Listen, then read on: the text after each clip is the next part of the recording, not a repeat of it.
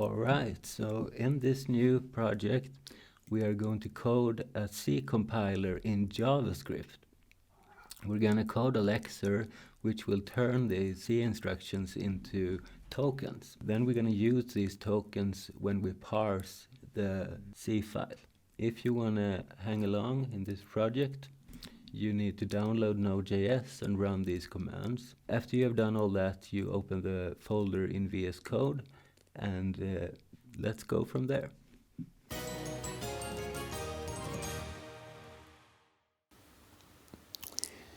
I will change a couple of things inside of this package.json. I will change the version to 000 for now. The main file will be called main.js. I will replace this test with a build script which will just run tsc, which is the Typescript compiler.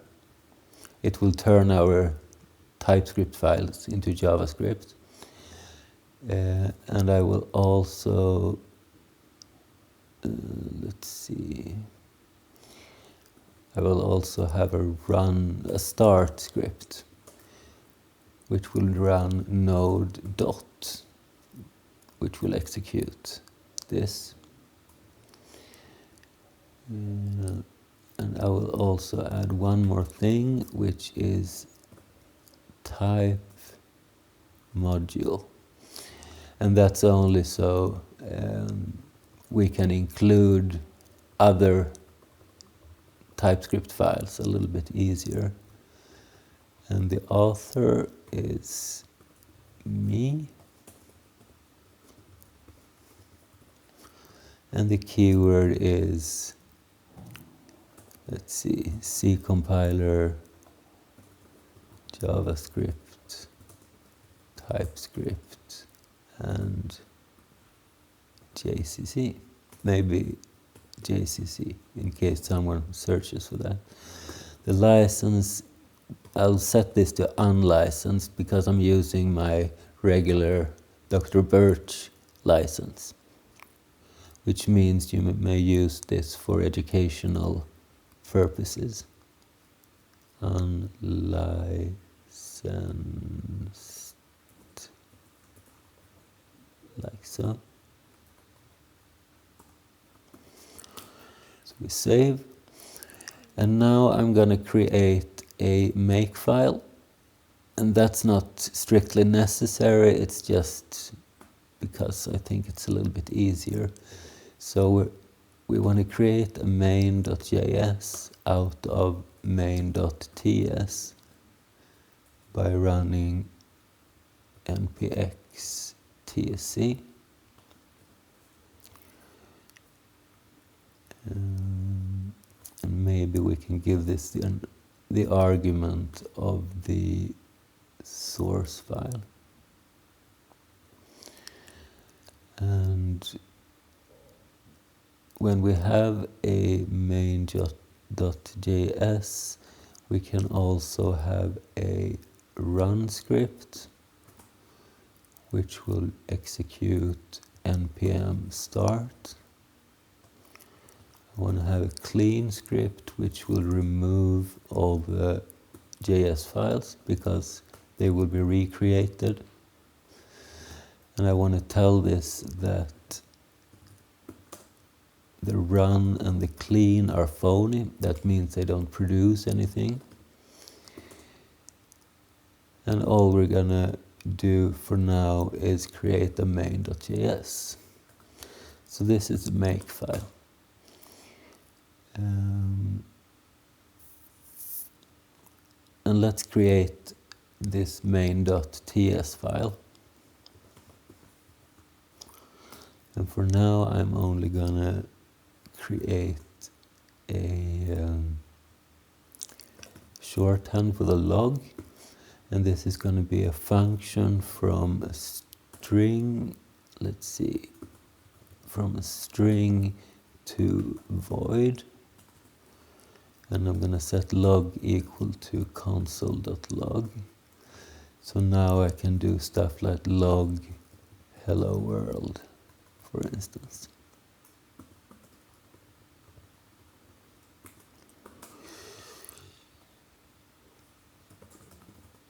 Alright, so let's see if I run make, it should produce this JavaScript file, and it did. And as you can see, it's pretty similar, but it doesn't contain any type information. And if I run make run, it prints hello world. So we are up and running. Alright, so what do we need? First of all, we need the C file. Let's create that. So let's say example.c, and this will just be the int main return 5. That's all. And the first step is to lex that thing. So let's create a file for the lexer. Let's call it lexer.ts. Let's also add it to our make file, lexer.js from lexer.ts. We run npx tsc and we take that input file. And we also want to include lexer.js in this all. Okay, so how do we do this? I'm gonna put this code here so we have it easily at hand.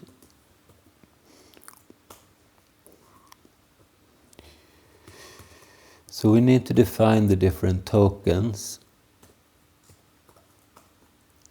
that we are going to use. So we'll take them one by one. So first off, we will have a keyword. So let's see.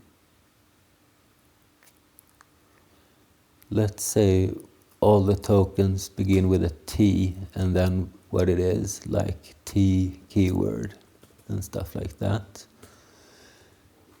So for instance, let's say that we have an interface, and this interface, the interfaces I will begin with an I usually. So let's say I keyword, and this will have a tag,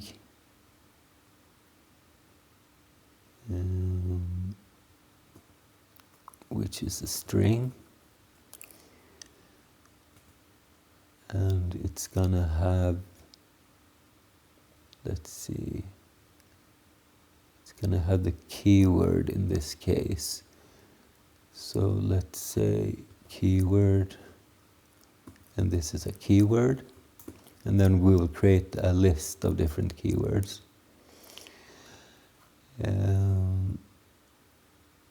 And that's all, I think.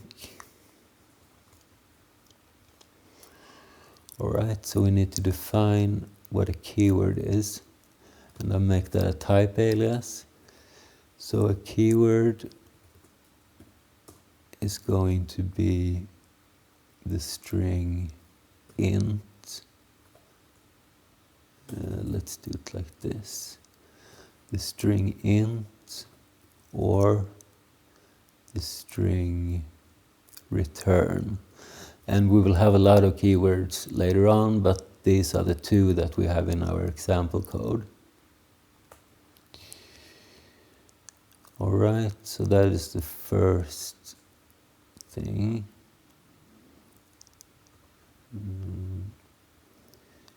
Then we need to have, let's see.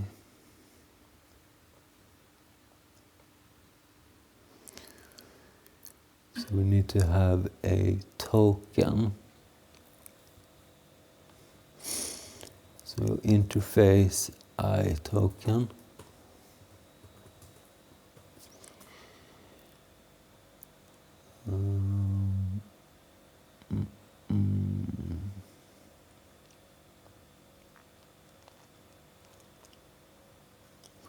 Or maybe we should do this as a type alias as well. So let's say we will have a type of token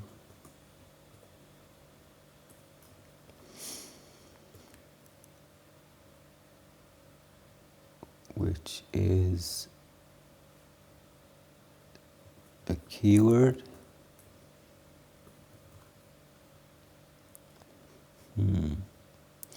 Maybe we should call this T instead.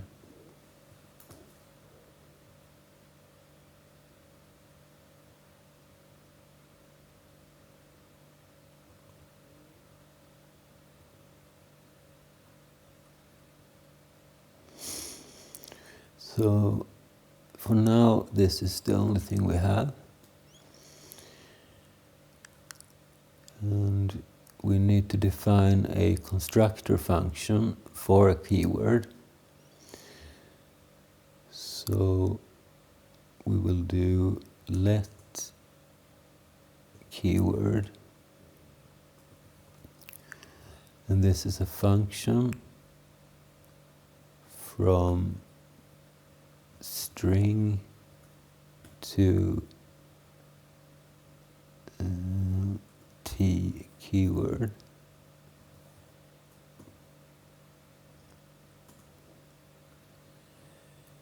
So keyword will be equal to the function string to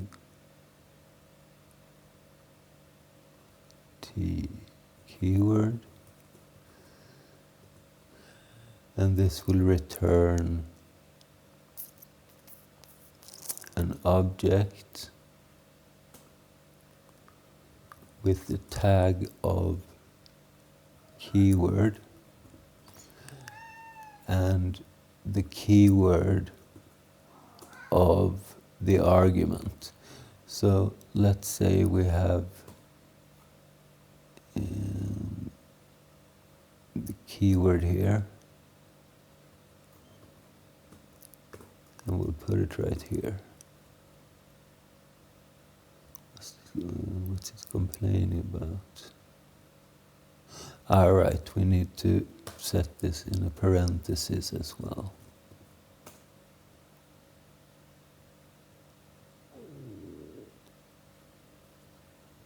And we need to put it here as well.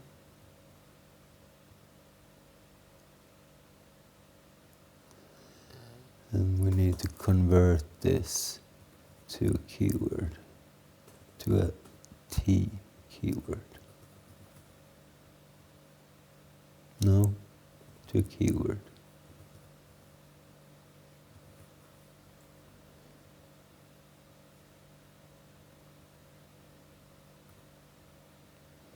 All right. So this is the general structure that we're going to have. Each token will have a string which defines what type of token it is, like a keyword or a constant, and then we will have the actual contents. Maybe it will be easier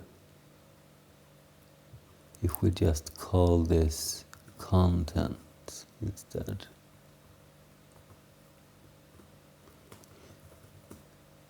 So the structure will be a little bit more generic. Okay, so what's next? The parentheses. That's easy. We will define a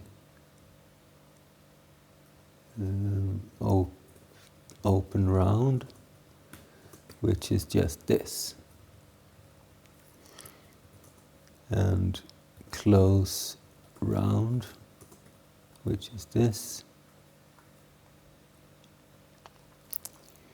And how do we turn this into a token? Well, let's see. We don't really need to create an interface for that, but we do need to have a constructor function. So let's say we have an open round which goes from nothing to open round, and we'll have same for the close round.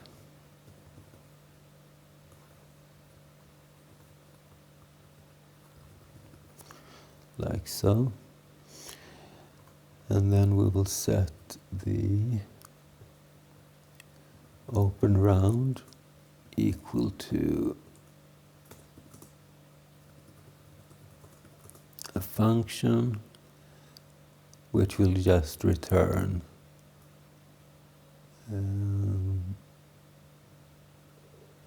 well, it needs to return the token, right?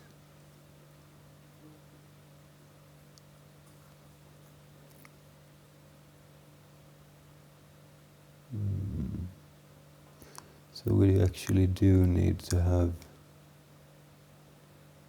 an interface, that's right. So let's say we have a T open round.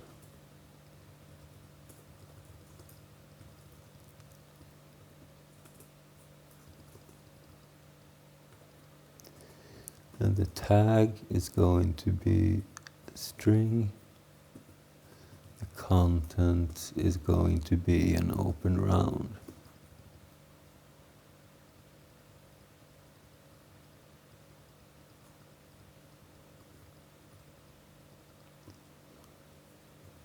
And we do the same with the close.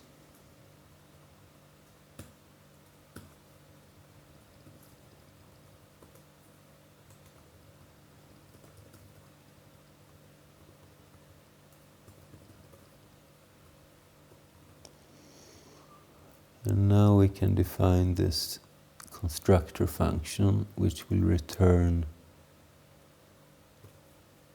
a token open round. We'll do it like we did up there. So it's going to have a tag of open round and no contents. So let's say null here.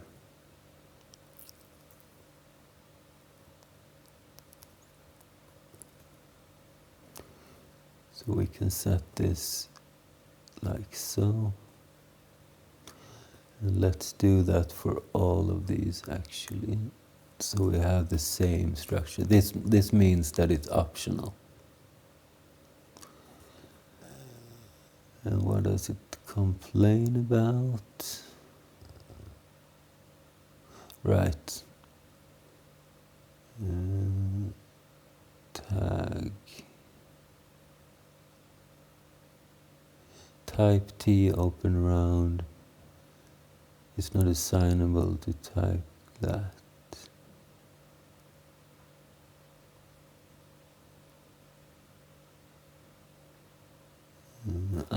We need to change this to T.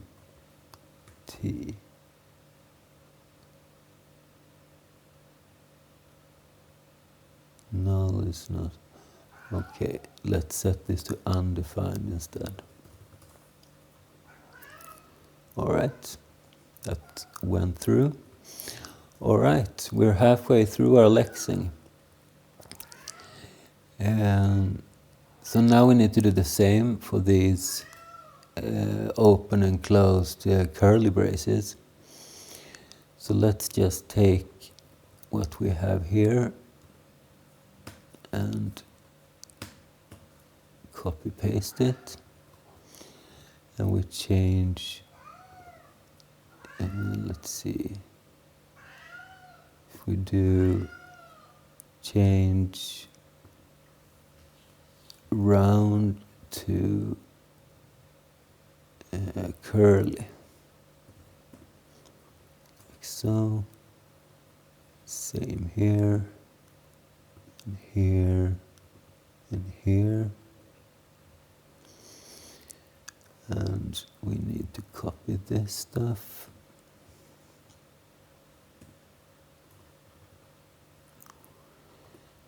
And we need to copy this stuff as well.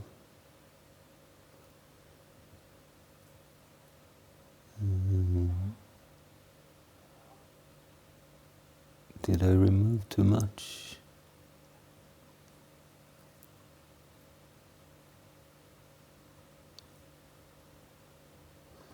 No, I never created the closed constructor function. So we need to have an open round, but we also need a close round. So let's change open to close. Same here. All right.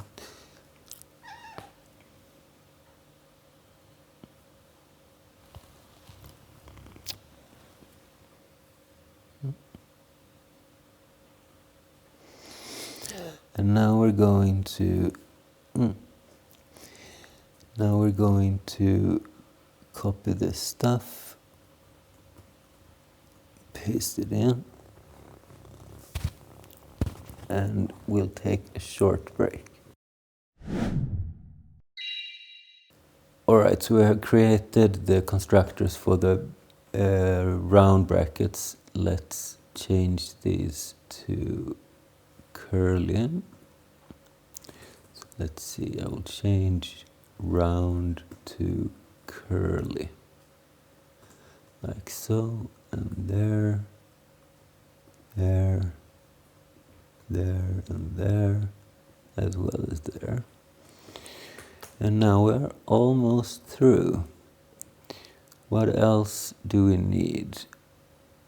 We need to have the return keyword, but that's already covered in this, since it takes an argument, the type of the keyword. So we only have this 5 here and the semicolon. So let's say we have a type semicolon, which is equal to this.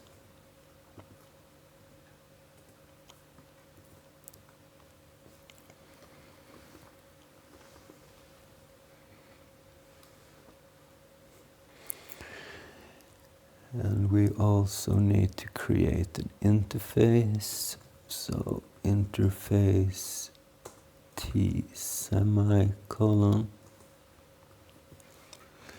with a tag, which is a string, and the contents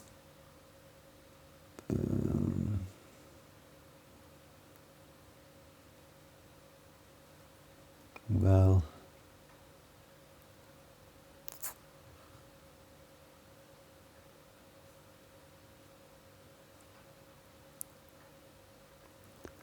which is the semicolon. I remember that I forgot to add the curly braces type synonyms. So we also need to have open curly, close curly,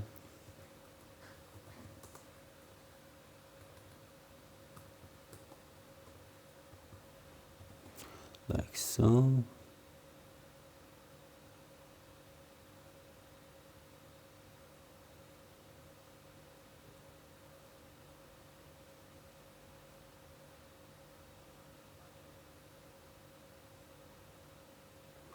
It doesn't like that we have the same name for these. So let's say all our type synonyms have a T in front.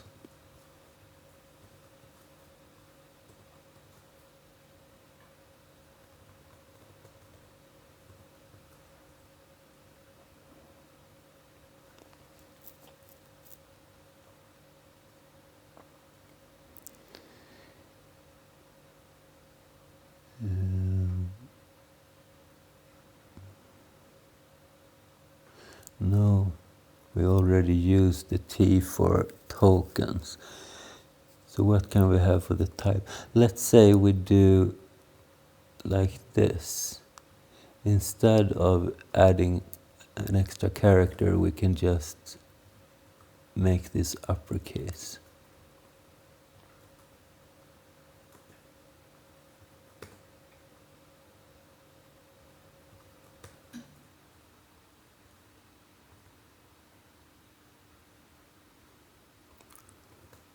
So we're gonna have a keyword with a K, big K, and then we change all of these as well.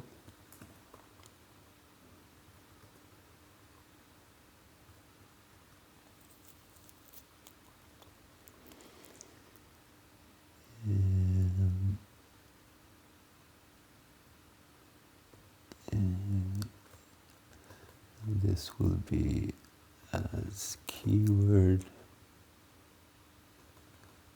Maybe we should do the same here. So this will be undefined as open round.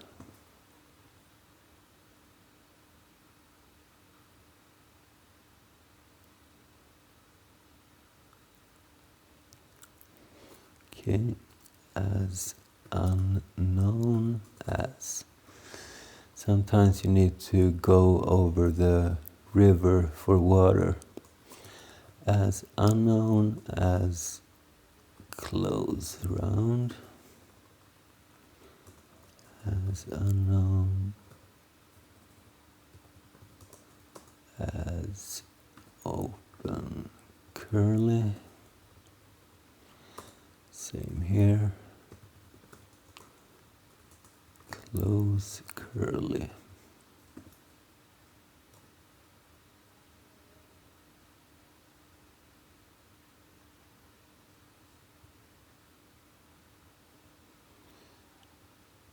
We need to create the variables as well.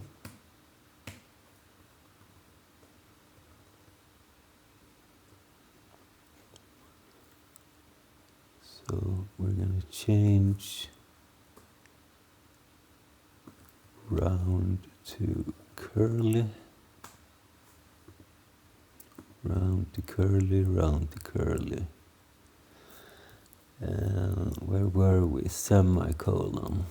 Semicolon. T semicolon.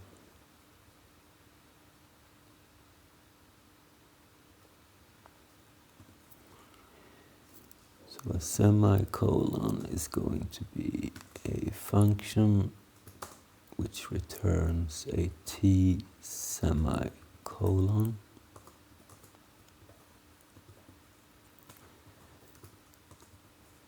Semicolon tag, and the content is going to be undefined as unknown as semicolon.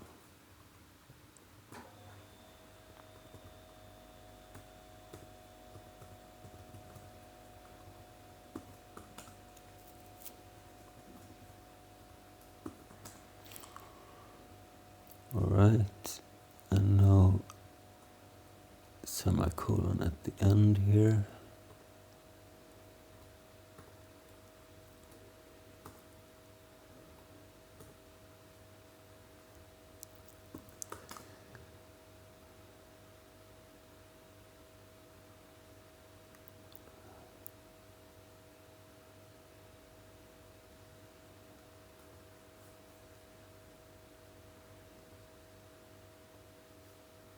Okay, now it looks good. And then we just have one thing left, which is this number constant here. So let's define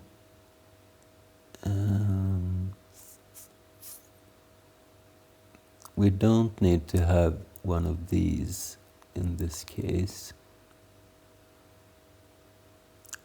Or maybe we do. Let's say type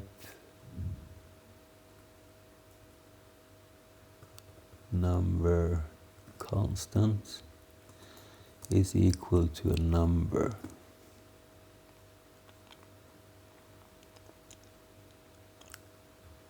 And let's say the interface t number const has a tag which is a string, and it has contents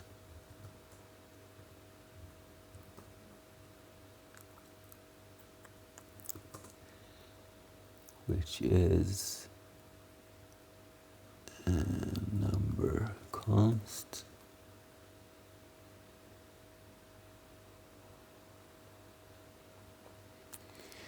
We're going to have a constructor function which is called number const, and it takes an input which is the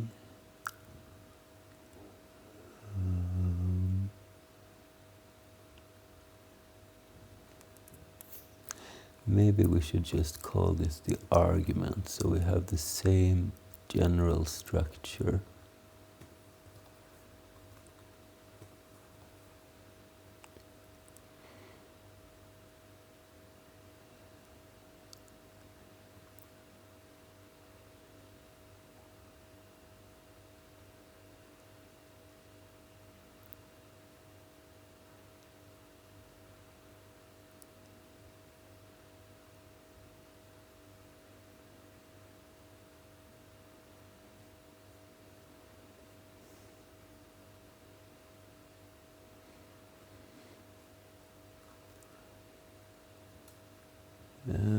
So this will have an argument which is a number. It will return a token number const. And this constructor function will work like this. So number const, we have an argument which is a number. It returns the token of number const.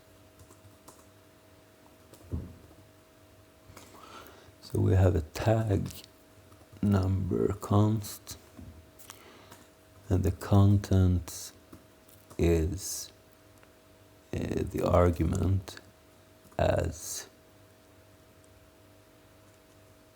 a number const, like so. All right, that's all different things. Let's tidy up our code a little bit so we can have these interfaces together.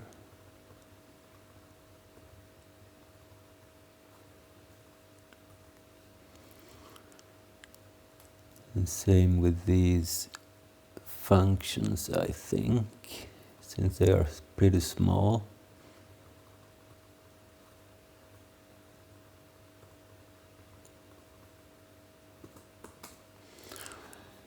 And we also need to add it to our list of tokens here. So let's see. So a token is a keyword, or it's an open round,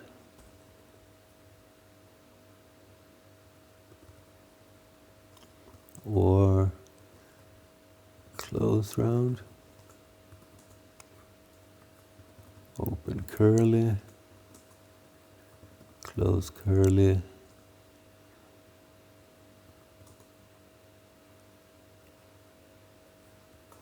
semicolon,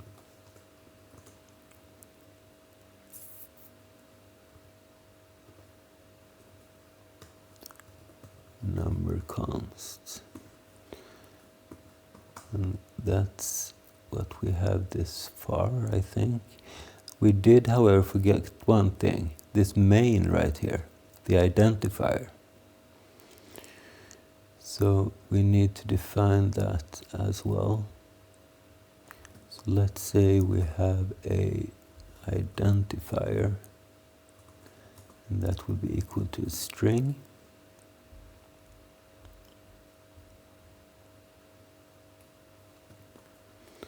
We need to have an interface for this.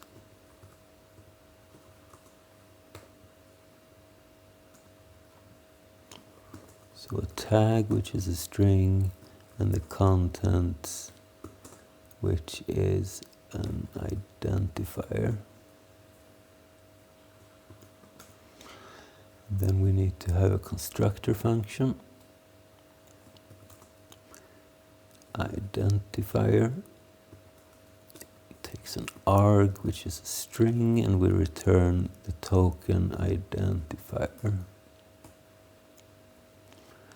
And then we create a function. So identifier equal arg string. We will return a t identifier. And with the same logic as before, we will have a tag, which is an identifier. And the contents, which is the argument as an identifier.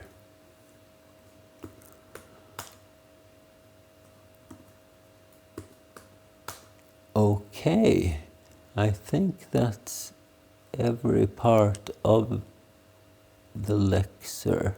Let's see if it compiles this far.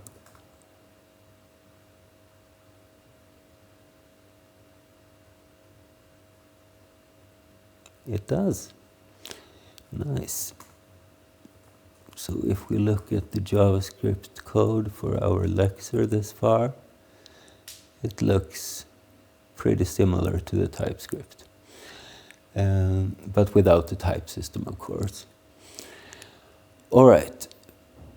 So now we just need to create our lexer, which will take a string or a part of a string and try to convert it into a token.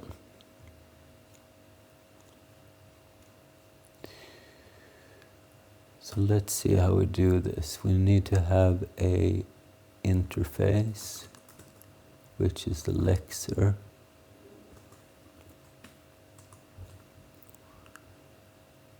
And this is going to be a class, which means we need to have a constructor.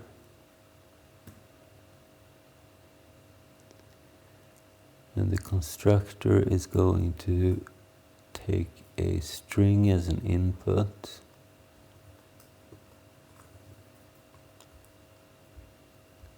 It's going to return a lexer object.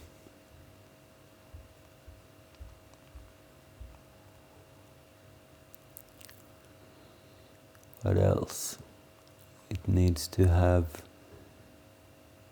the token stored in it. So let's say we have a token, which is a, what did we call it?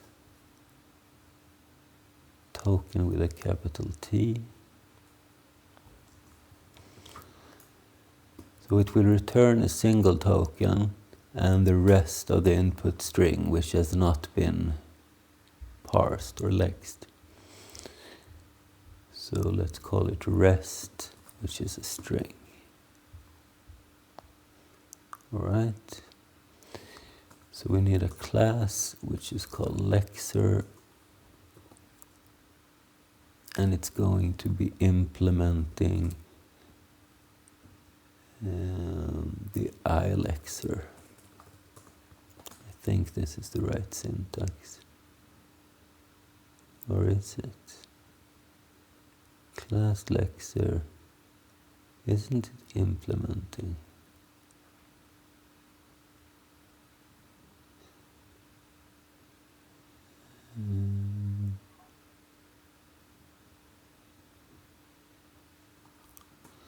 Well, let's wait with that. Alright, so we need a constructor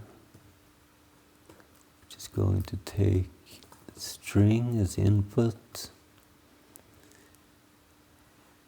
and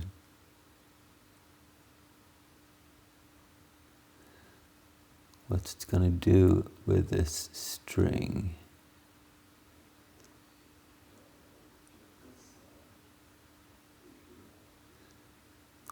Well, it's going to set, let's say we have an input variable as well. So let's define that up top. So we're going to have a, let's say, a private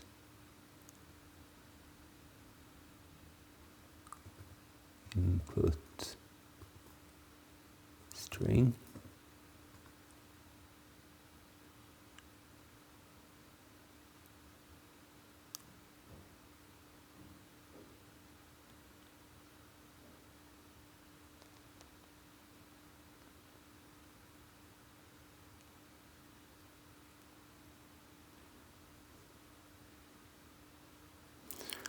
Well, let's worry about the error messages later.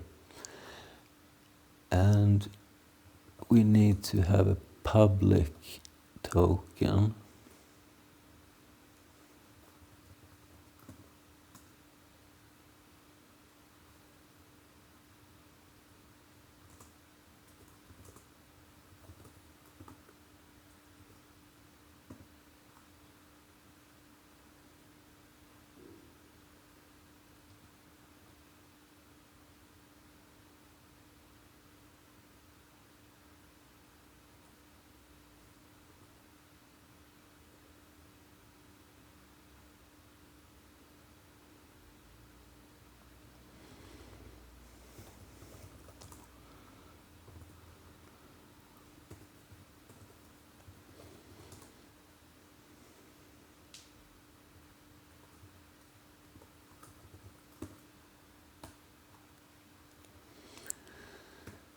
So our constructor will set the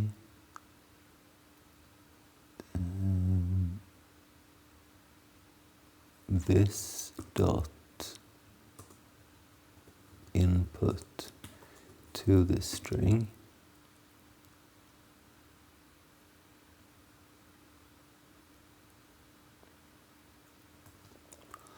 Then it's going to run a function.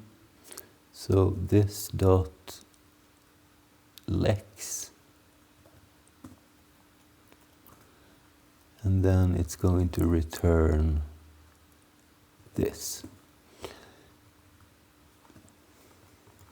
So this refers to the object which is being created when this class is initialized. Since this implementing is erroring, let's remove that for now.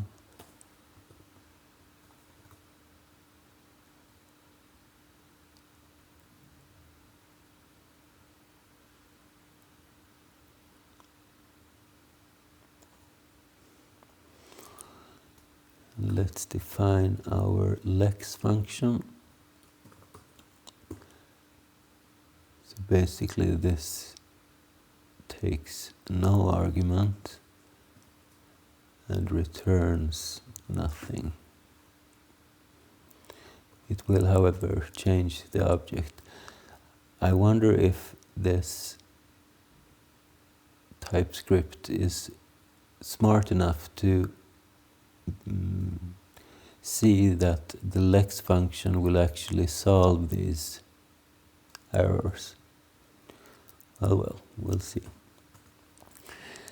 So let's see, we will have a private function which is called lex without arguments.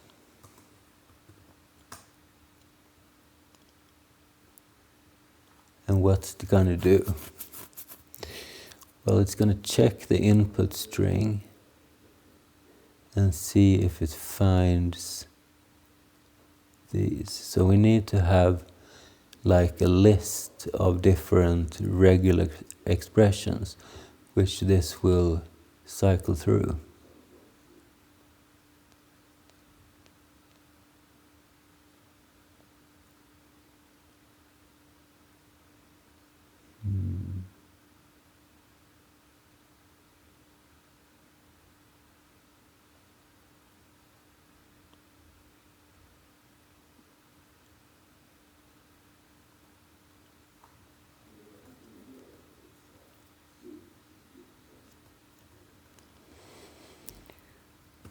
So let's say we have a regex, which is a regular expression. And we have a token name, which is a string.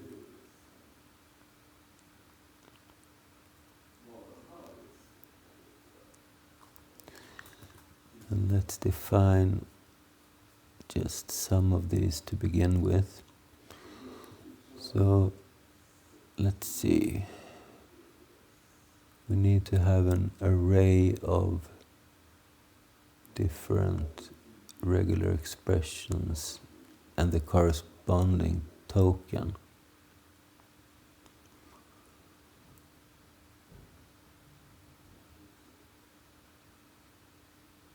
Yeah, I think so.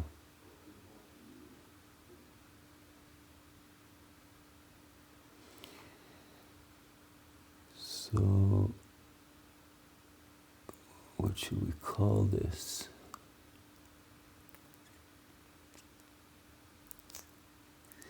I wonder if you can do, well, we should be able to do something like this. So let's say we have a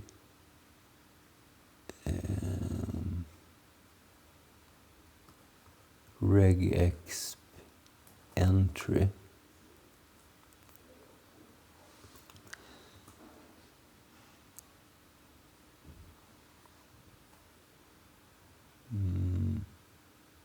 Maybe we should make this an interface instead.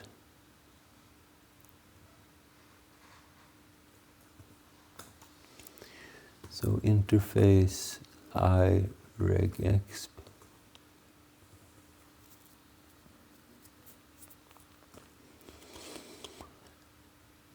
It's going to have a regular expression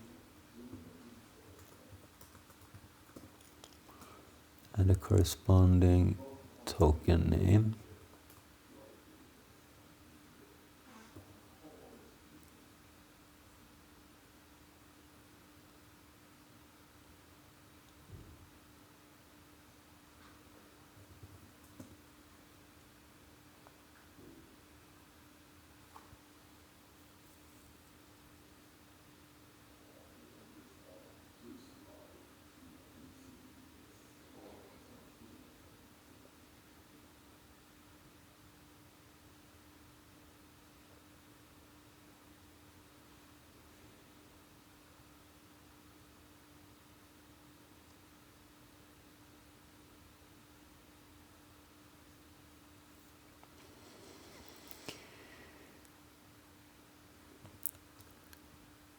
So then we need to have an array of this thing. So let's say we have a regexp list, and that is based on the iregexp, but an array.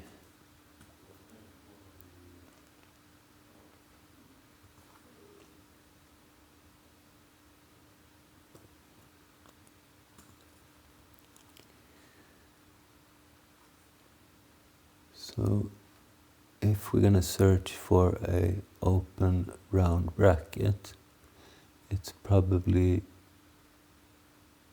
going to look like, let's see,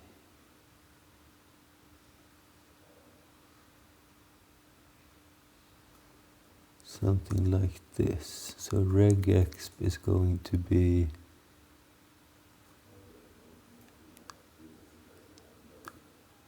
if we take the open parentheses here, something like this. I'm not sure if we need to escape this. Let's try without first. And if we get a match, we want to return open round like this.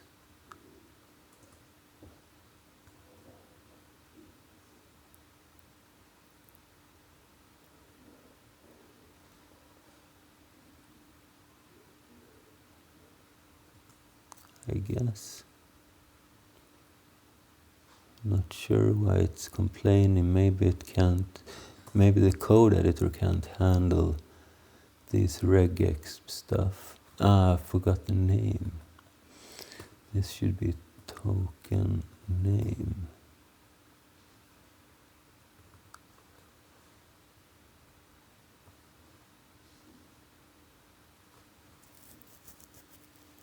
I think that's it, that it can't really handle that. Like if we were to put it inside of this, then it would be correct. But since we need to have this inside a regular expression format, this is the right way. Alright, so let's copy paste a lot of these and change them up. So we'll have a close round.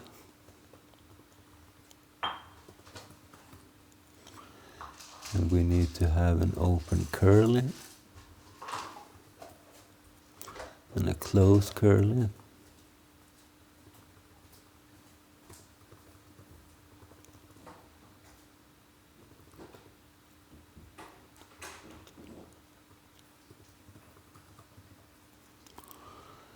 What else? We need to have a semicolon.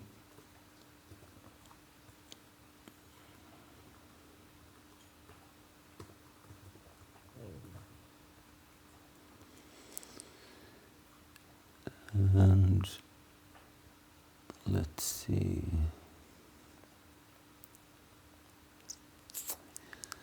The number constant.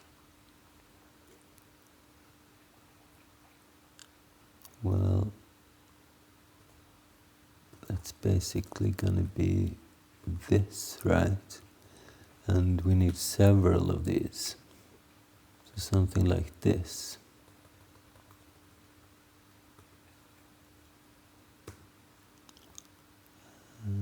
Number const.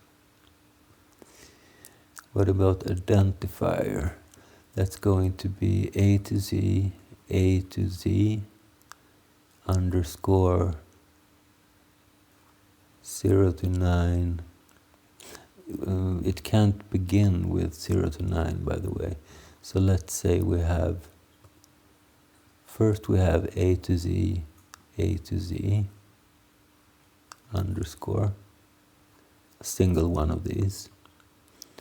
Then we have A to Z, underscore 0 to 9, and several.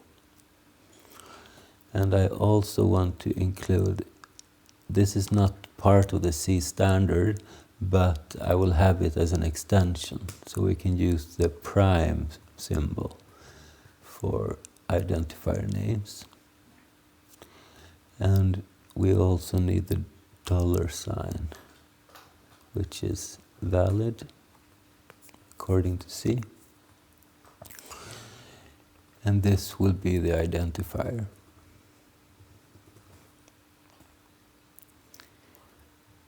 Then we have the keyword. So how do we define a keyword? We need to list the different keywords. So basically we have int or return. I think we need to do it like this, which probably makes it impossible to do this, right?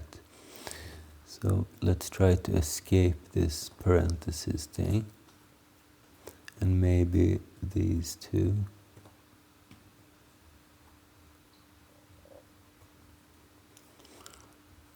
So this would be our keywords.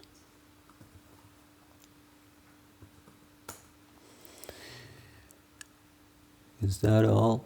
Identifier, open, close, round, open, close, curly, semicolon, number const, keyword.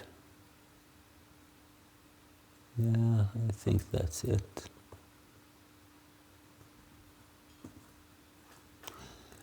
By the way, let's not do it like this.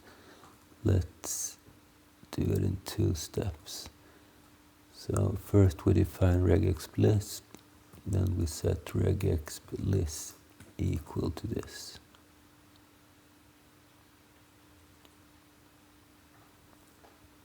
And it needs to be an array. Okay.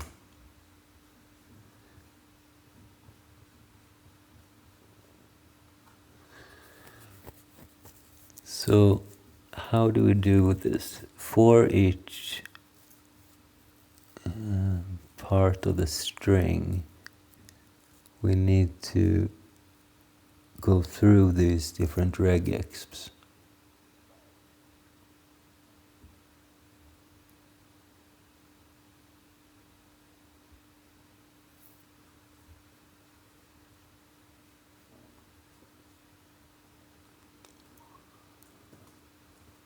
So let's do something like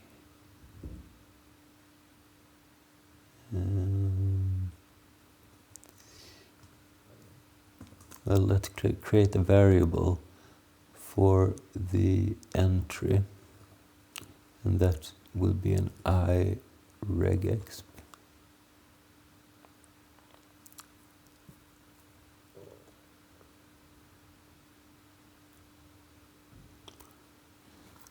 Let's also create a local variable for the input to make things a little bit easier. Let's also create an n variable for the number of characters. All right, so let's see. Our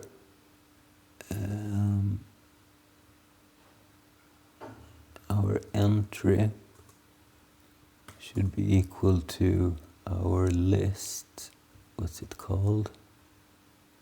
Regexplicit. So regexplicit, and we want to find. And this takes a value. Let's see. Index object value is regex. So it's going to take a function which gives us the different entries.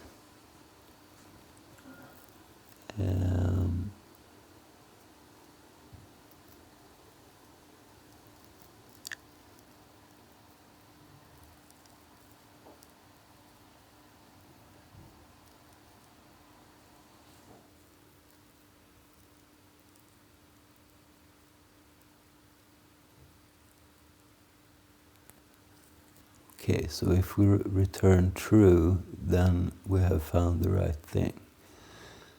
So we will have an exp which is of type I regexp, and we're going to return a boolean.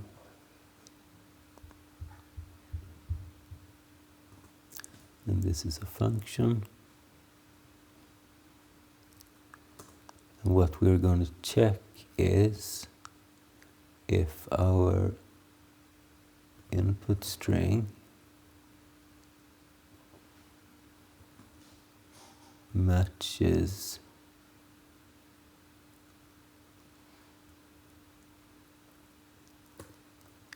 the x.regexp. And what does match return? Regexp match array.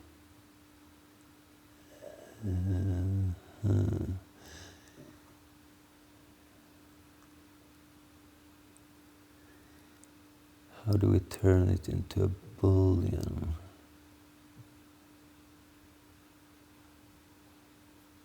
Okay, it returns null if it's not. So okay, so let's say if this is true, then we can return true.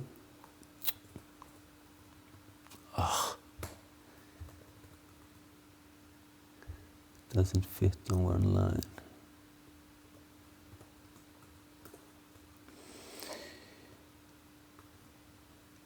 So if this is true, we return true, otherwise false.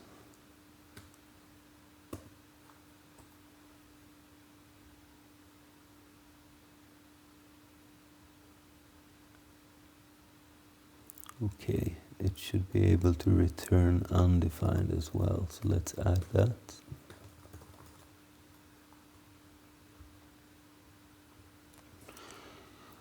So if this entry is not defined, then it's a lexing error, which means we can throw an error. I'm not sure what the argument is here. Is it the type of the error, or is it just a message? It was a while ago I did this.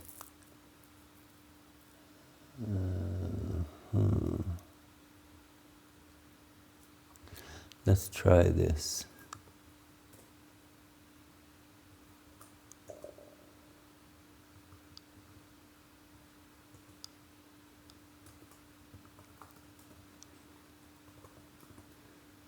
Something like this.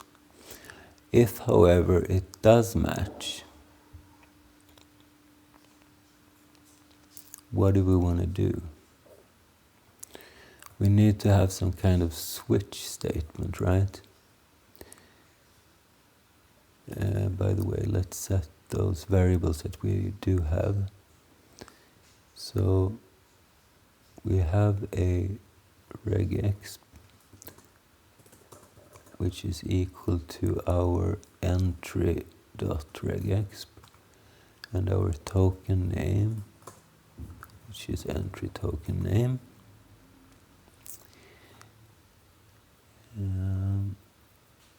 And the n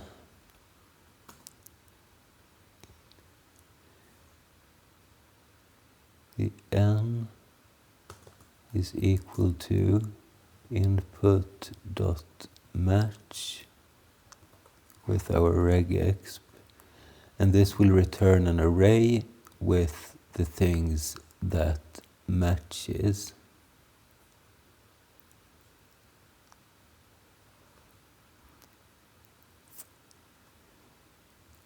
So regexp match array.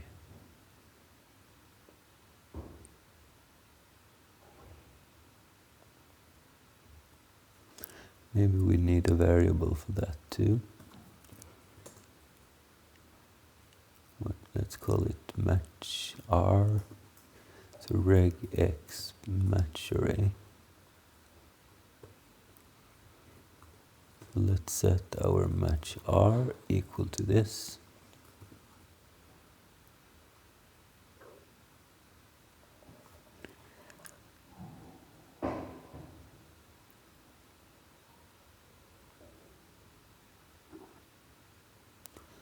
this will not be null.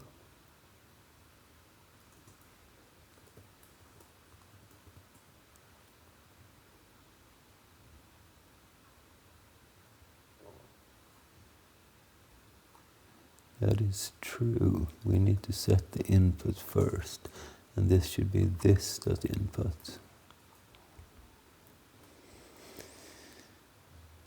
Alright, so now we can set the n equal to the match array length. So now we know how many characters that did match, which means we need to remove them from the input string. So we need to have something like, let's do this, while n minus minus, we will take the input and shift it, which removes the first thing. Okay, we need to make it into an array first. So, okay, let's do let input r, which is a string like so, and we'll set the input r equal to the input, and we split it.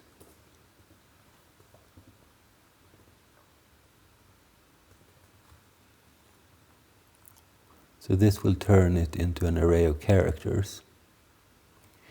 So then we can take this input r and remove the first character as many times as we have matches. And then we place it back together again. So input equal to input r dot join.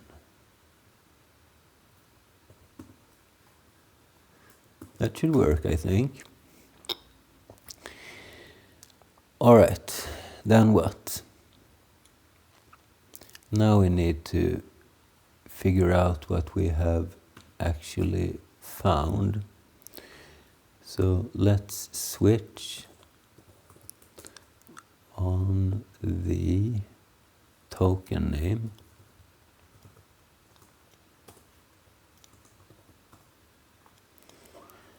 Let's go up here and copy this thing so we have it available.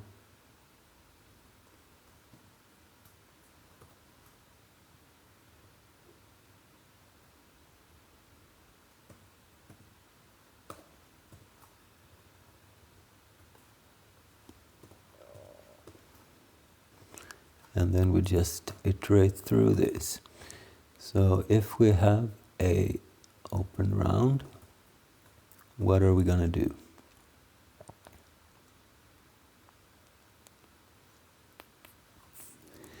Well, we need to have a token that we are going to return.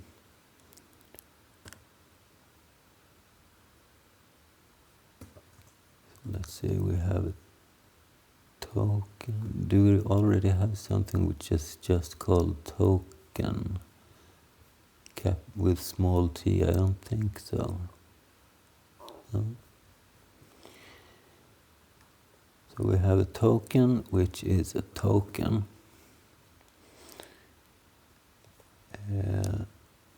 or null. So let's say we set the token to null first, and in case of the open round we can set token equal to open round,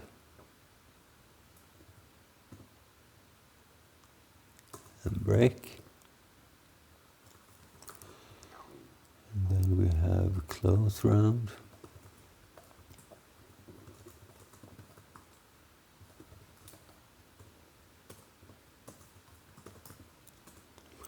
And we just go through all of these one at a time. I'll start with all of these that don't have an argument, because we need to handle that a little bit differently. So open curly.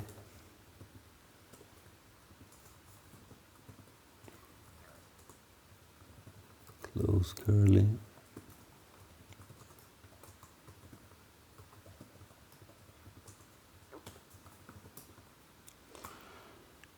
What else? Semicolon.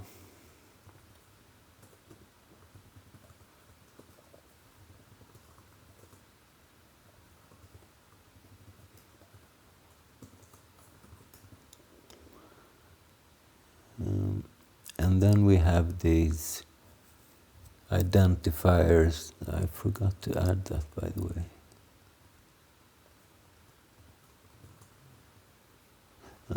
Maybe I need to add this up here as well. So T identifier.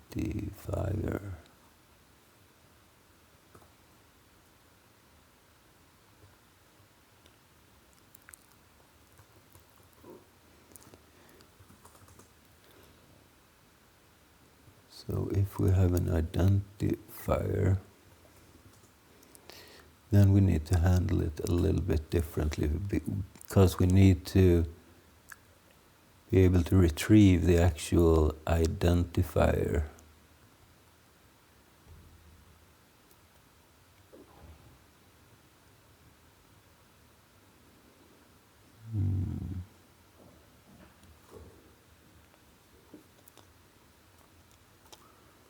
So let's say we have an identifier. Let's say ident. And this is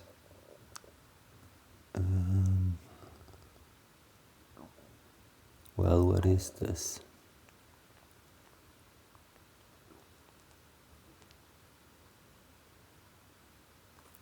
String, I guess. And we're also going to have keyword, which is a string at this point, and well, we can name it keyword. Let's say keyword, and num const, which is a number.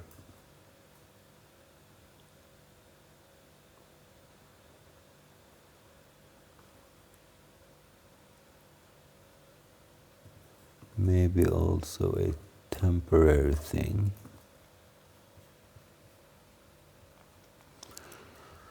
So let's see. Let's set the temporary thing to our match array.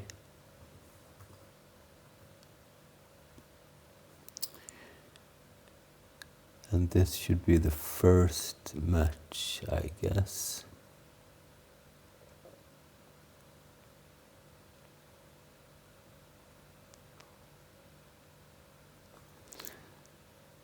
Yeah, so I don't think we need these two after all. I think I will keep the num const though. Alright, so this is our identifier, which means we can set our token to identifier and give this as input. And then we break. Okay, maybe we can do something similar with the keyword.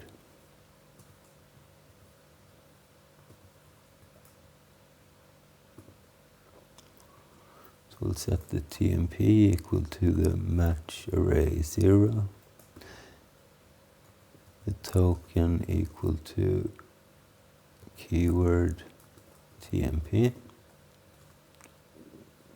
and we break.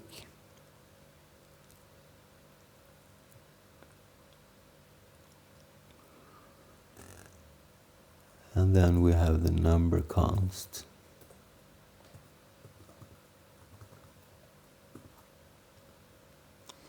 So TMP is still going to be the match R0, but now we need to take an extra step, converting it into a number. So we need to do int parse, I think it is, right?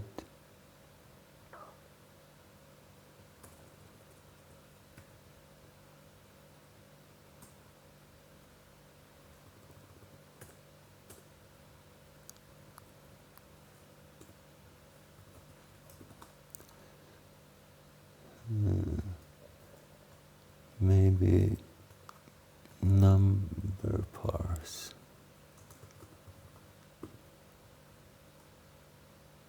Parse int, that's the one. This is what turns a string into a number. So if we give this to TMP, we will get back a number.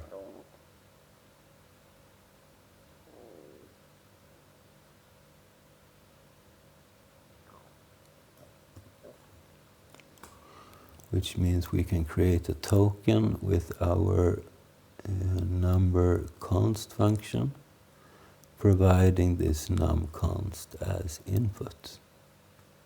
And then we break. And this is how we create our different, our different stuff. And if we get to the default case, we can throw an error because this shouldn't happen. So this would be a parse error in the lexing, or lexer. I'm not sure what I did up there. Lexer. Like so. Nice. Okay, so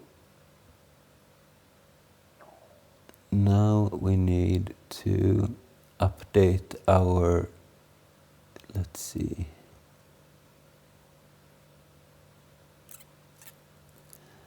our input.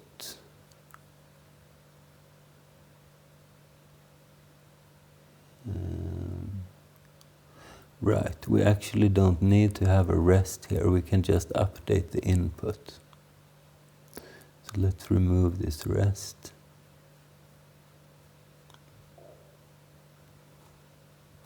And if we go down here, and if we still don't have a token, we can throw.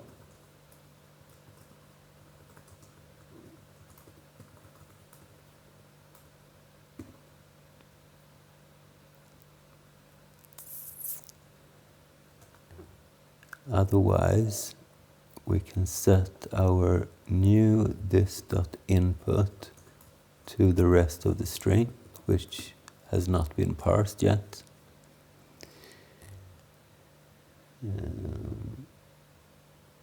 And we also want to set the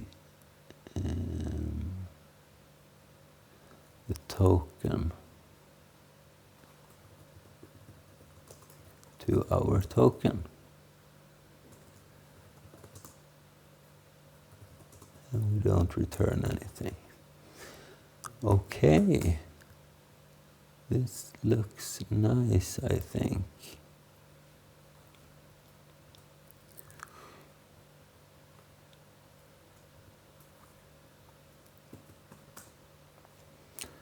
And I don't see anything red on this.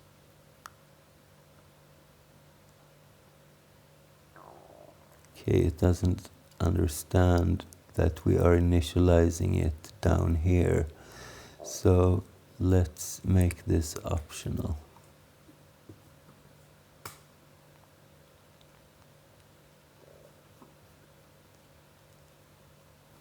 Let's see if this compiles.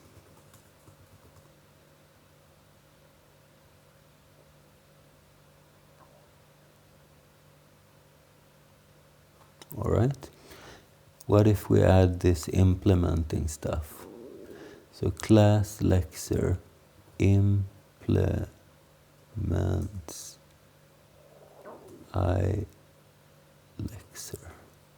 That's a problem. I typed implementing instead of implements. We need to update this token to be the token to be optional. What's this now? Class lexer incorrectly implements iLexer. Type function is not assignable to string to lexer.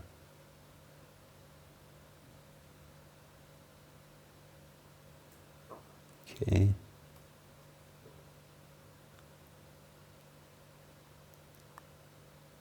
Maybe this is not the syntax. Maybe this should be a new lexer.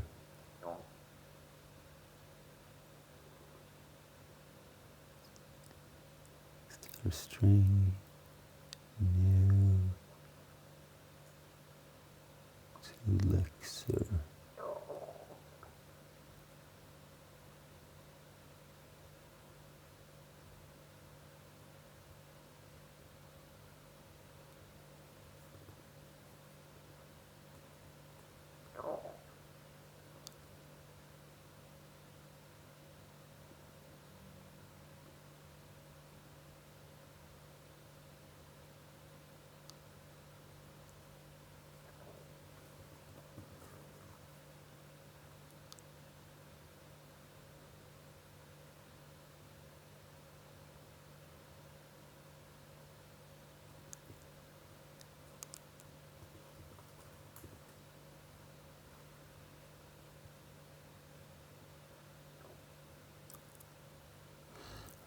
I don't know the correct syntax for this. Maybe we can just call this a function.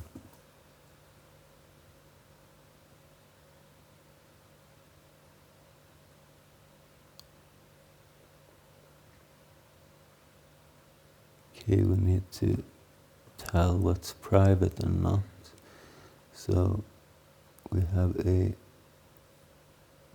maybe we can have both public actually.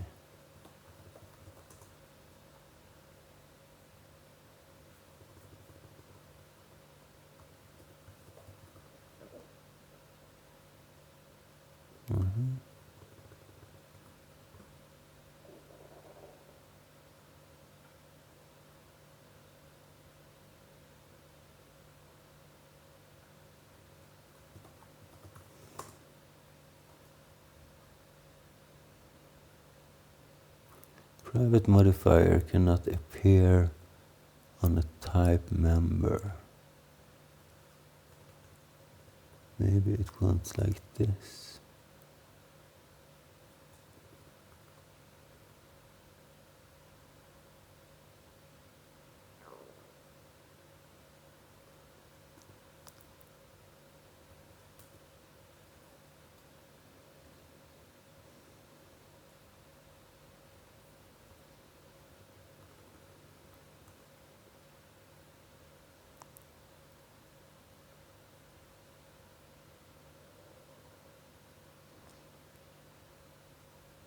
But it doesn't really let me do that.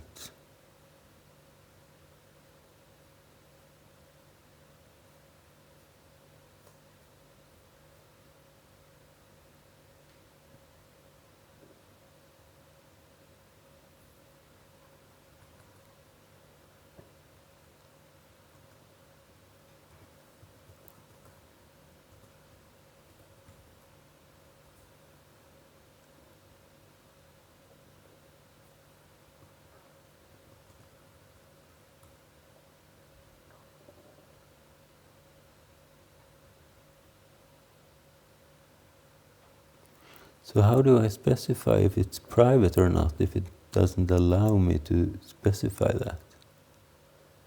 It's a little bit weird. Well, let's do this. So the lex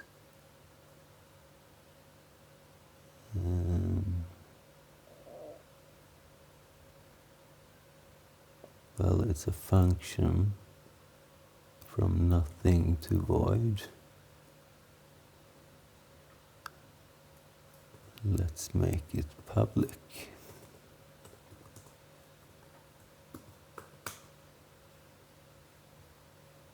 Okay, does it still compile?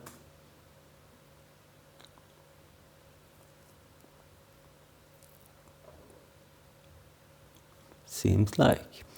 Let's try it out then. So, how do we do this? Well, we need to export this class.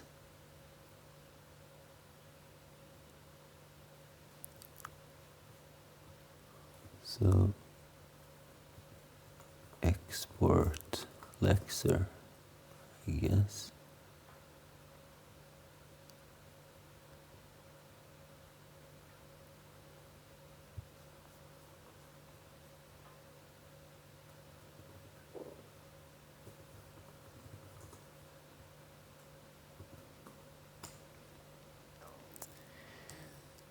What else do we need to export?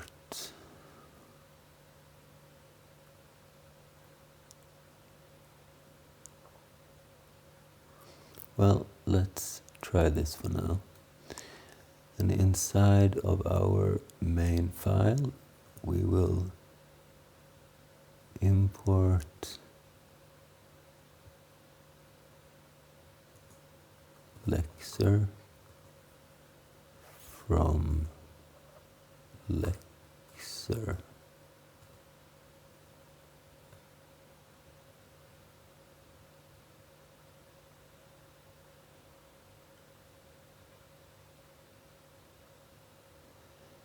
Lexer is declared, but its value is never read. Okay.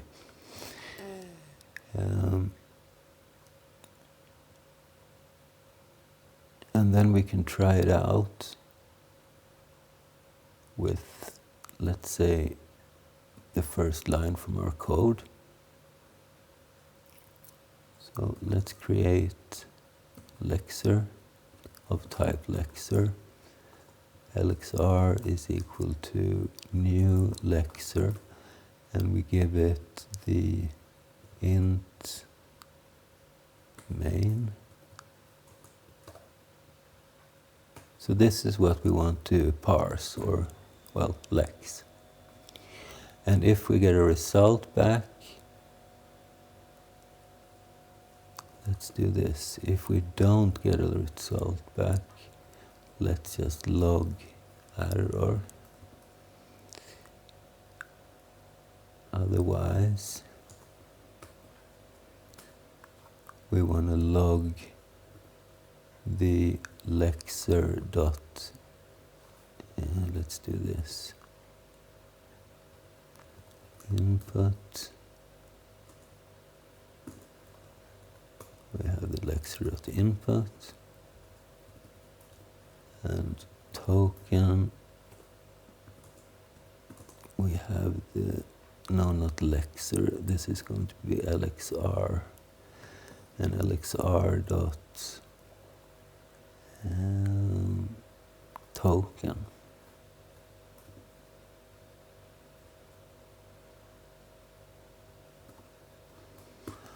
Okay, let's see what happens.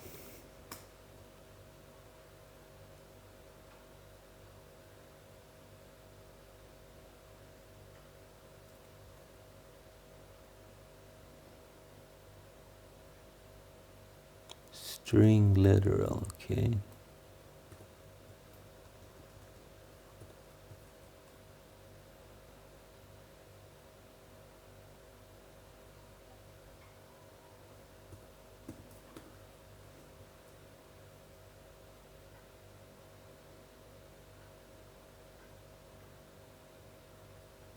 Yes, I did.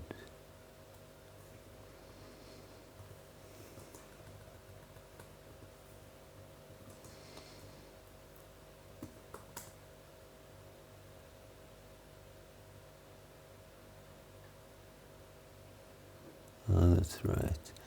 Let's say this is an array of strings instead.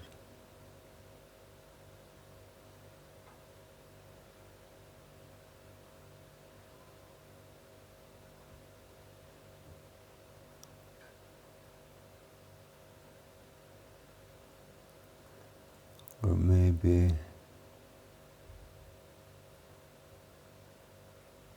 how do we make this variable? Can we do this maybe? Or this?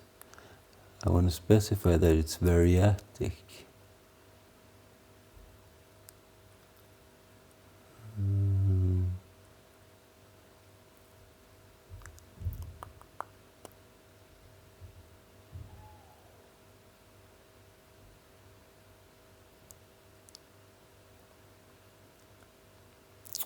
Well, let's do this instead.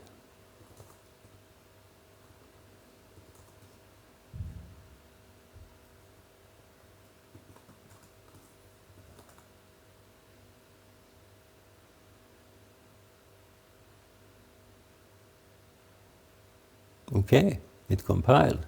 Exciting. Let's run this and see what happens.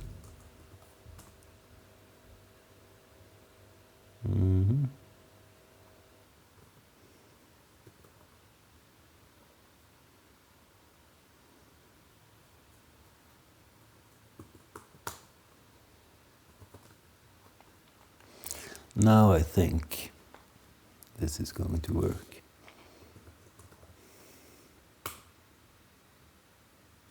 There we go. Okay, so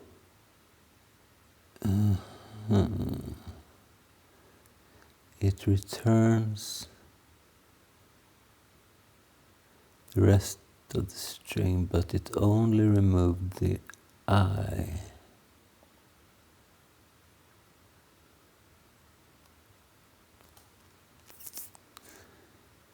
All right.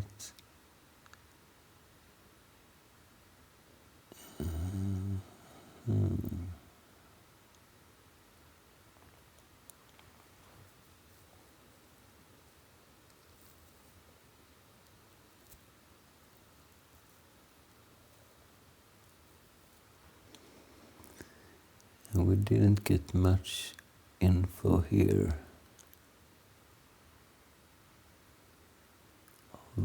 Object.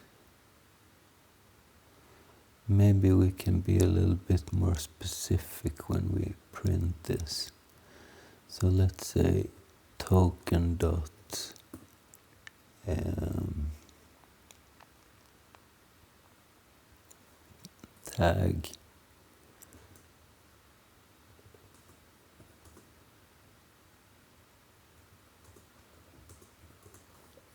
and lxr token dot contents.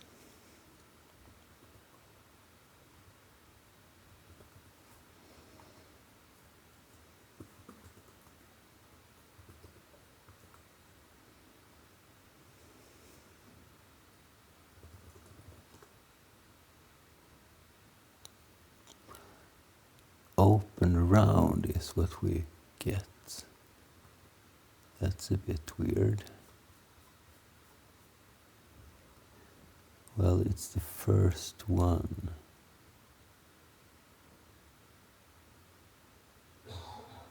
What if we were to not escape these?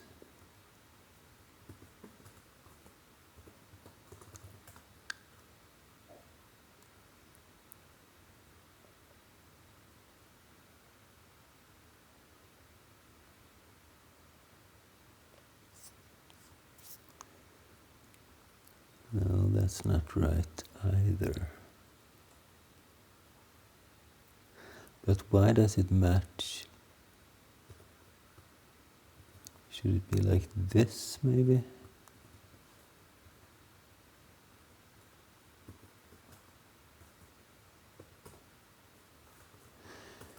Because why does it match an open parenthesis when it's not the first one?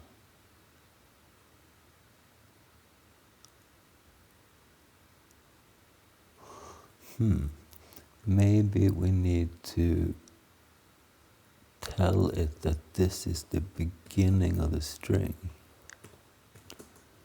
All of this should be the beginning of the string.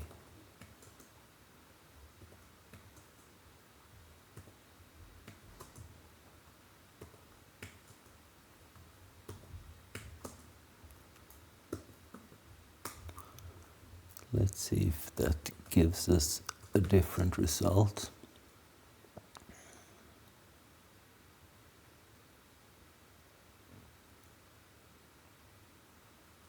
Now we get an identifier instead. Well, I can see why that matches actually. So keyword should have a higher priority.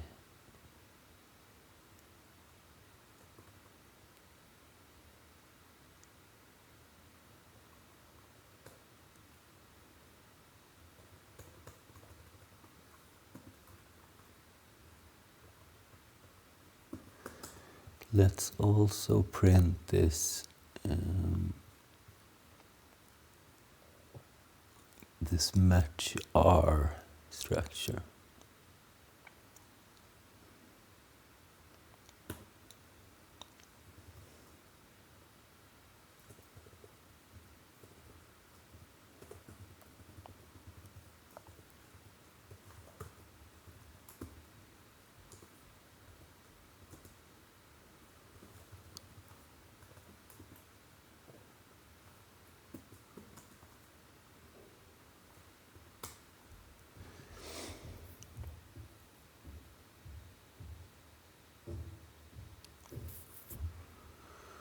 Alright, so now we get the keyword, that's good. And now we get the rest of the string. So our match R returns int.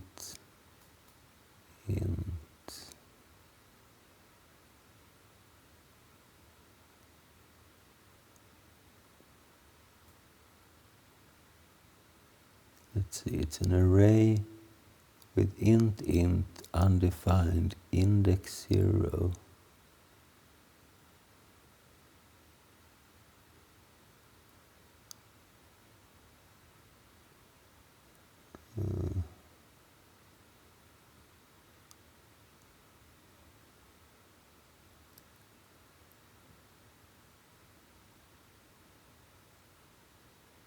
But the count seems to be right.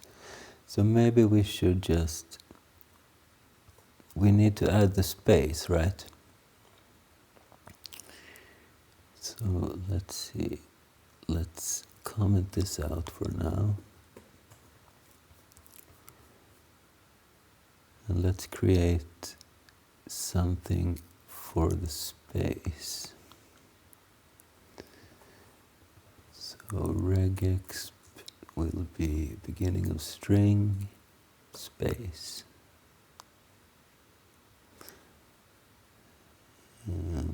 Or maybe this. I think this means all types of white space, including tabs and whatnot. Let's say we have a new token name, which is called space. And we're not going to use it in the parsing, but it's good to have it to divide stuff. So let's say we have, well, let's call it white space.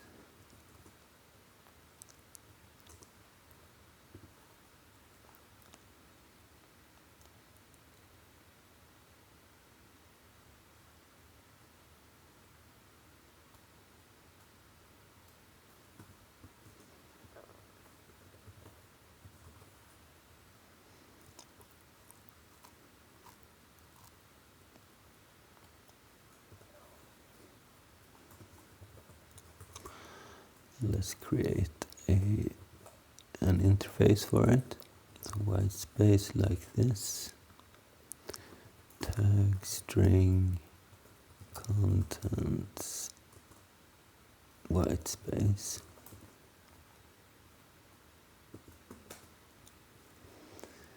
Let's make a constructor function.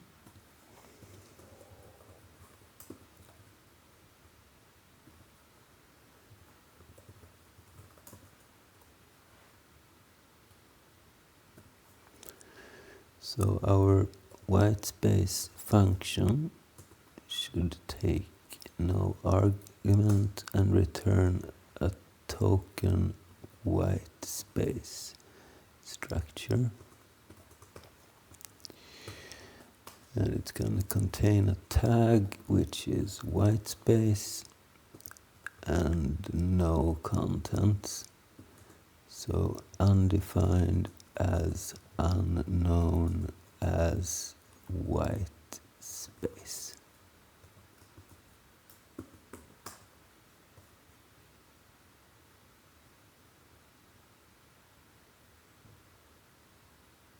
All right.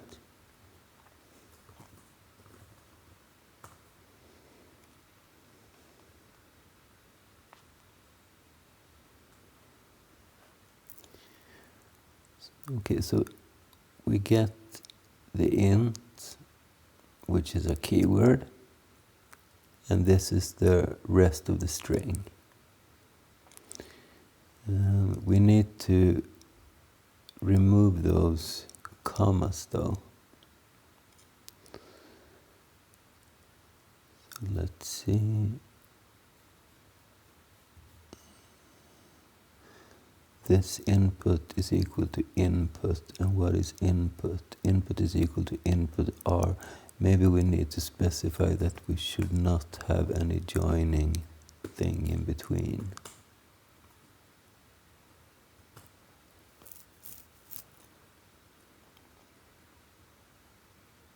Okay, that's better. So this is the unparsed thing.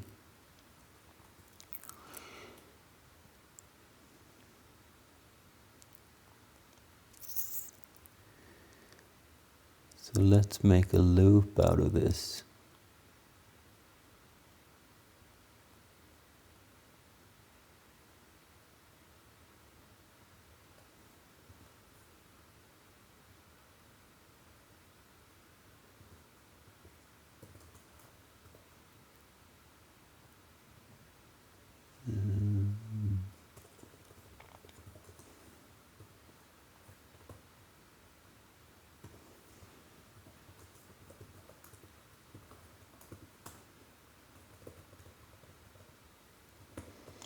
I guess this should work.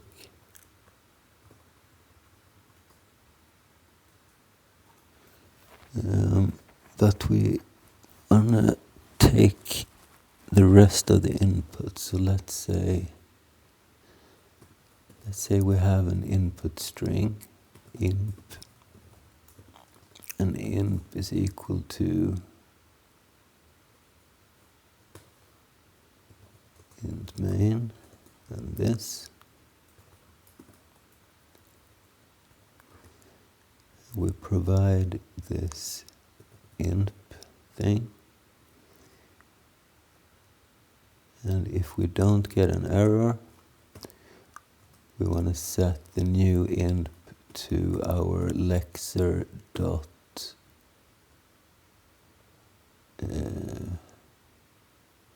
input.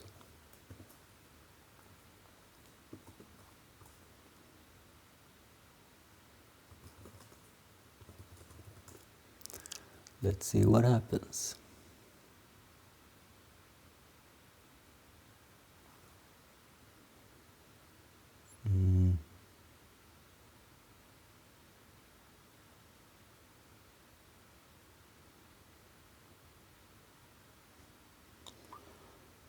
Okay, so we get a parse error the second time around.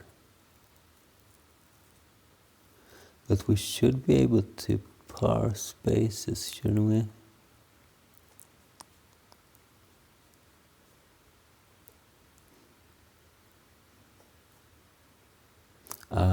This should probably be white space, right? And I don't think we have a case for it. No, we don't.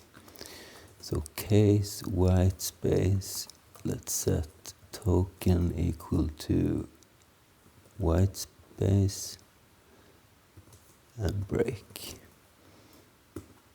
Okay, now I think it's gonna work.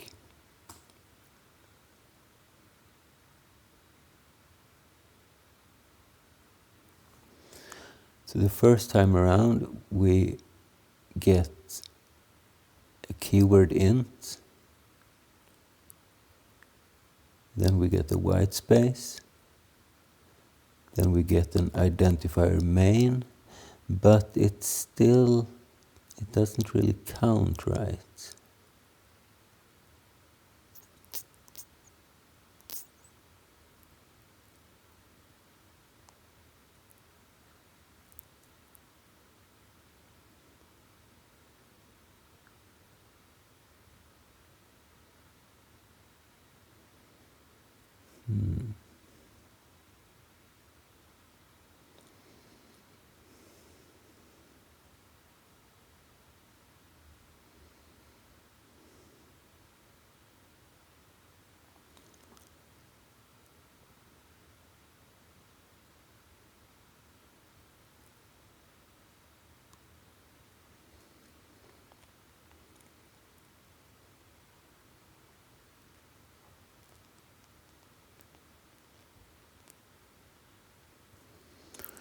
Let's put this console.log back so we see a little bit more what's happening.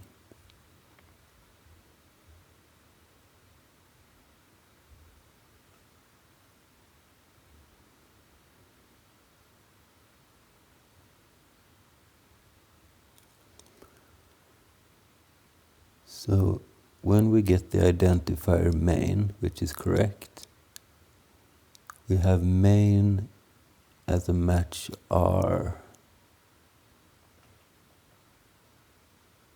Okay, maybe we should compare the length of the first thing inside of that instead. So n is match R 0 length. Maybe.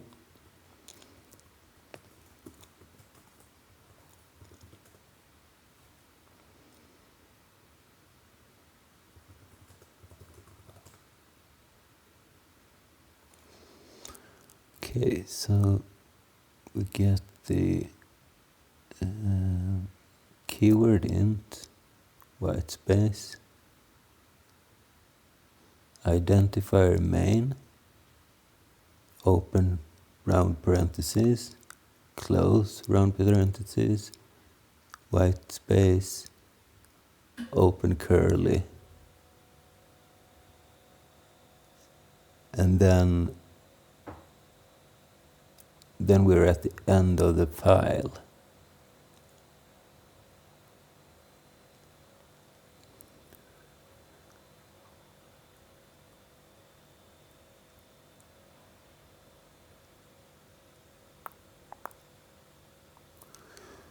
And that throws the error.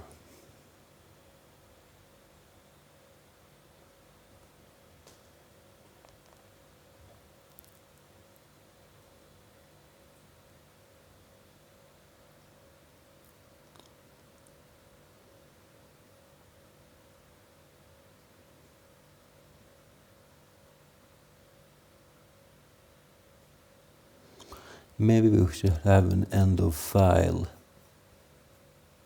token.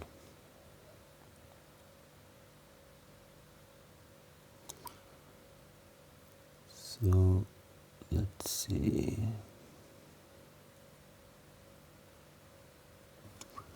Type end of file is equal to end of file.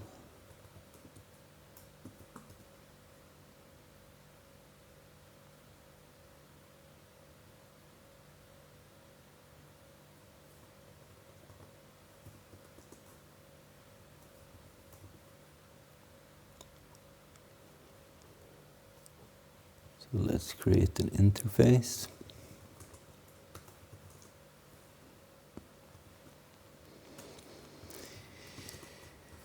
tag, which is a string, contents, which is a end of file. We need a constructor function for our end of file.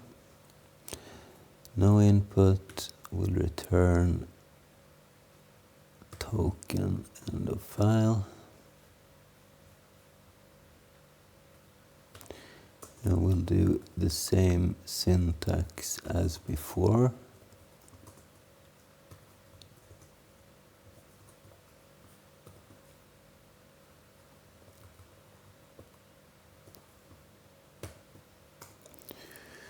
So the tag is going to be end of file like this. Contents undefined as unknown as end of file.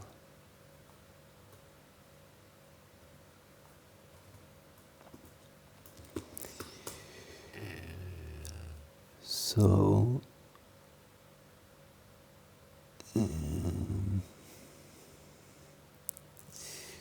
before we do all of this,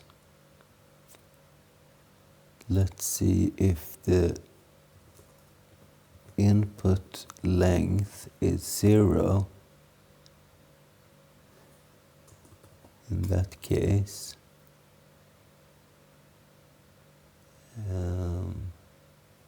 this dot token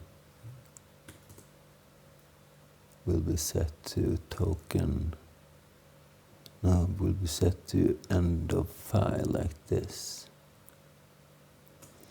And then we return void 0.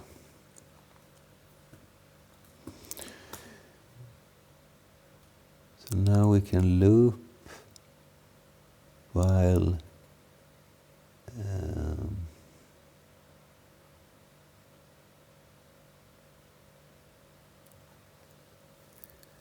lxr is not equal to token end of file.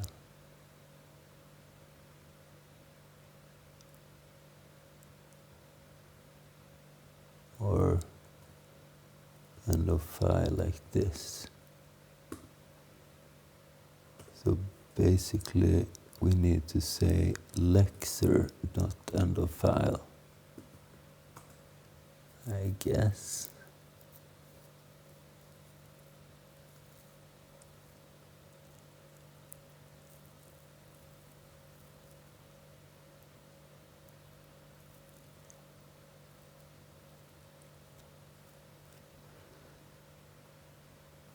So we need to import end of file from this.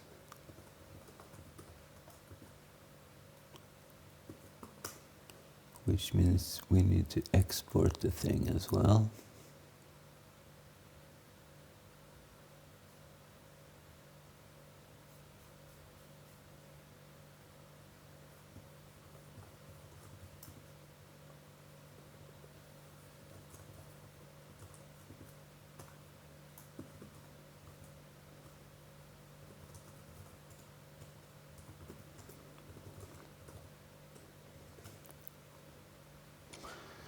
Okay, I think this, no. Property end of file does not exist. Oh, well, we shouldn't do it like this. This is the correct way, I guess.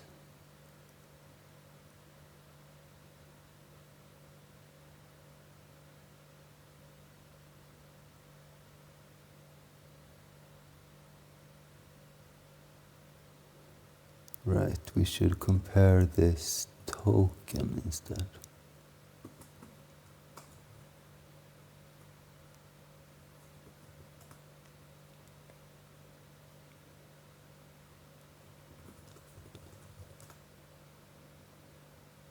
Oops. Token and the file undefined. So why does it keep on looping?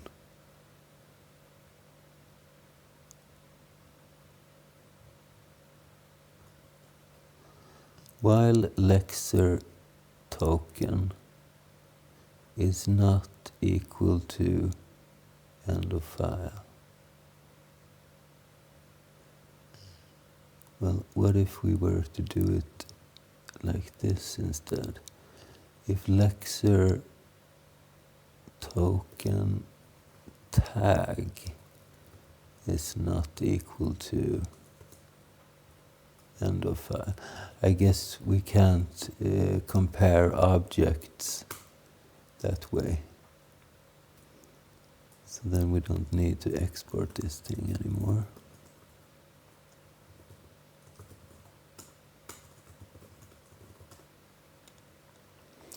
Now I believe the lexer should work. And it does. So now we get all the different parts of it.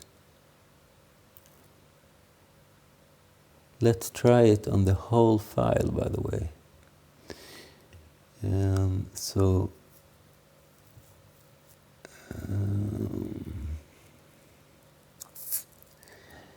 we need to deal with new lines somehow. Maybe it counts it as a white space, by the way.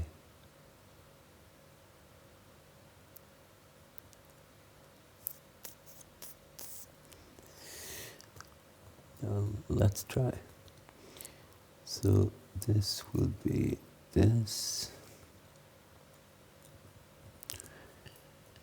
And we also want to have the return 5.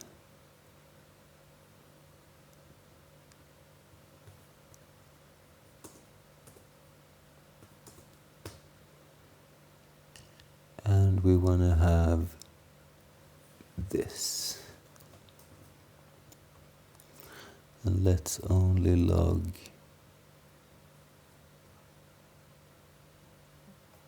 this part, the token.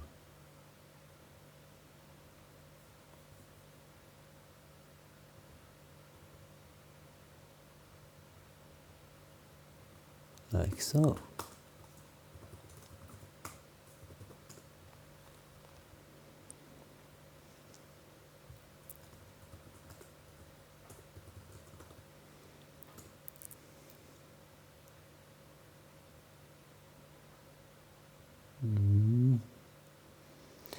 Okay.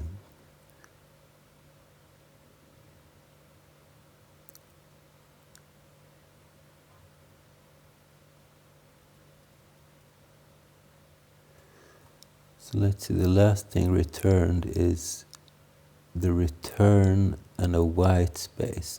So it didn't handle the constant properly.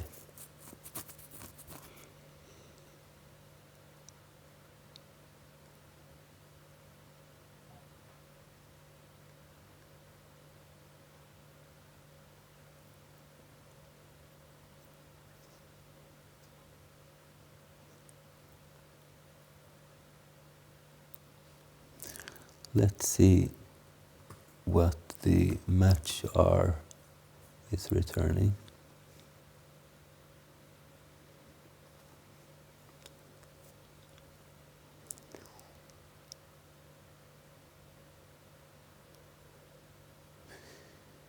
So it has the 5 right here.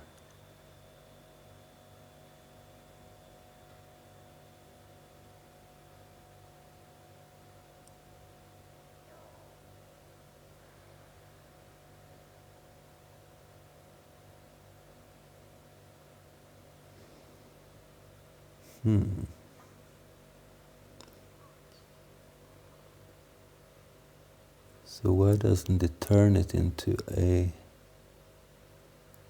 token? Token is equal to number const, num const.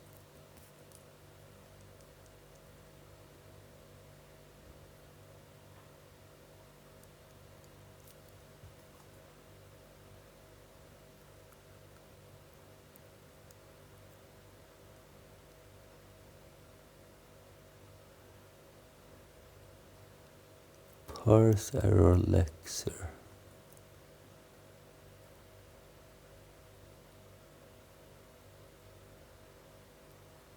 number const.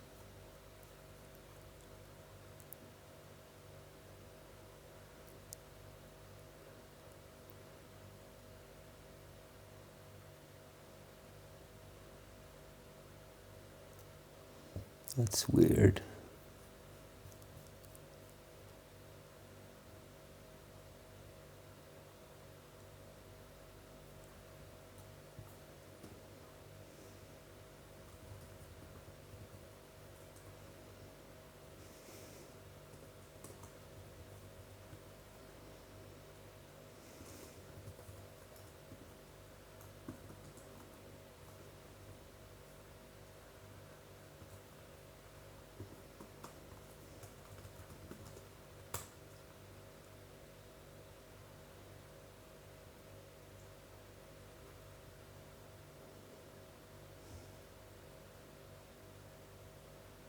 Mm.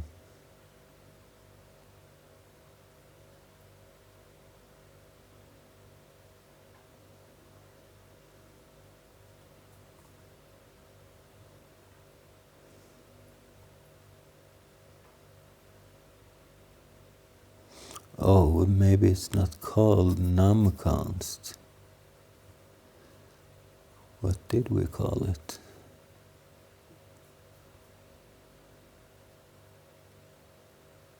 Number const. That's it.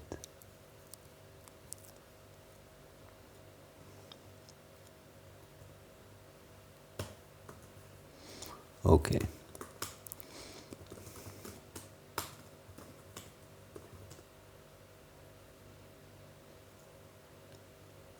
Let's see if this works.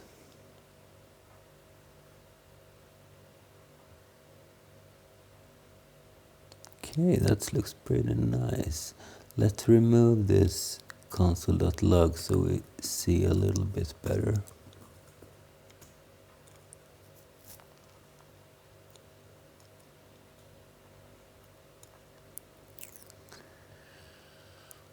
Alright, so white space undefined, keyword return, number const 5,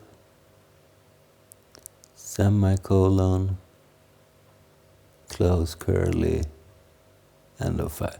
We have successfully lexed an entire C file, ladies and gentlemen, in JavaScript. What do you say about that? Pretty nice, huh? And it took a little bit longer than I expected, so we probably won't be starting with the parsing today, but in the next episode we will. So hit that bell icon and make sure to like this episode and subscribe if you like this episode and want to see the next. And thank you for watching. Thanks for today.